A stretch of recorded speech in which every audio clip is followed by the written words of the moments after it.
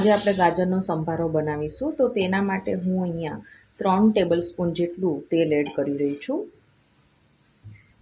તો જો અહીંયા તેલ સરસ આવી ગયું છે તો આપણે રાઈ એડ કરીશું। તો હંમેશા સંભારો બનાવીએ તો તેમાં રાઈનું પ્રમાણ વધારે જ હોય છે। તો અહીંયા હું 2 ચમચી જેટલી એડ કરું છું। હવે ચપટી હિંગ એડ કરીએ અને અહીંયા થોડા મેં મરચાં કટ કરીને રાખ્યા હતા જે આપણે એડ કરીશું।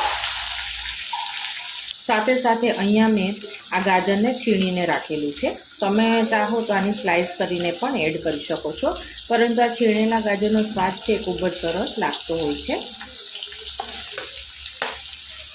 સાથે સાથે આપણે મસાલા કરી દઈશું। તો અહીંયા ચપટી એવી આપણે હળદર પાવડર એડ કરીએ, સ્વાદ અનુસાર નમક, થોડી તીખાશ માટે આપણે લાલ મરચું પાવડર, અડધી ચમચી જેટલું ખાંડ। તમે આમાં ખાંડ ના ખાતા હોય તો તમારે સ્કીપ કરવાની છે ને। ખાટો મીઠો આ સંભારો બનાવવાના છીએ એટલે મેં ખાંડ એડ કરી છે। બધું આ રીતના મિક્સ કરી લેશું। ધીમા ગેસે આને આપણે કૂક કરીએ। ફક્ત 5 જ મિનિટમાં આ સંભારો છે એ બનીને તૈયાર થઈ જશે।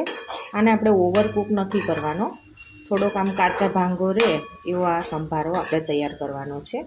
આને બનાવતા બહુ ટાઈમ જ લાગતો નથી, ફટાફટ બનીને તૈયાર થાય છે। અહીંયા જો 3 મિનિટમાં તો આ જો સંભારો છે ને આપણા ગાજર છે એકદમ સરસ ગળવા લાગ્યા છે।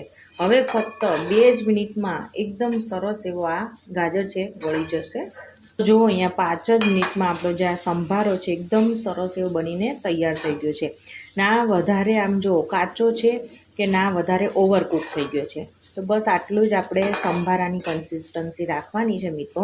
હવે ગેસની ફ્લેમ બંધ કરી દઈશું અને લાસ્ટમાં આપણે છે ને લીંબુનો રસ એડ કરીએ તો જમવાનો સ્વાદ બમણો કરી દે એટલો સરસ આપણો આ સંભારો છે બનીને તૈયાર થઈ ગયો છે મિત્રો। તમે દાળ ભાત સાથે કે પછી સાઈડમાં શાક રોટલી સાથે પણ તમે સર્વ કરી શકો છો।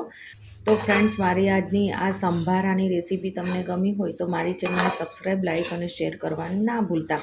તો આપણે ફરીવાર મળીશું એક નવા જ વિડીયો સાથે। Thank you for watching.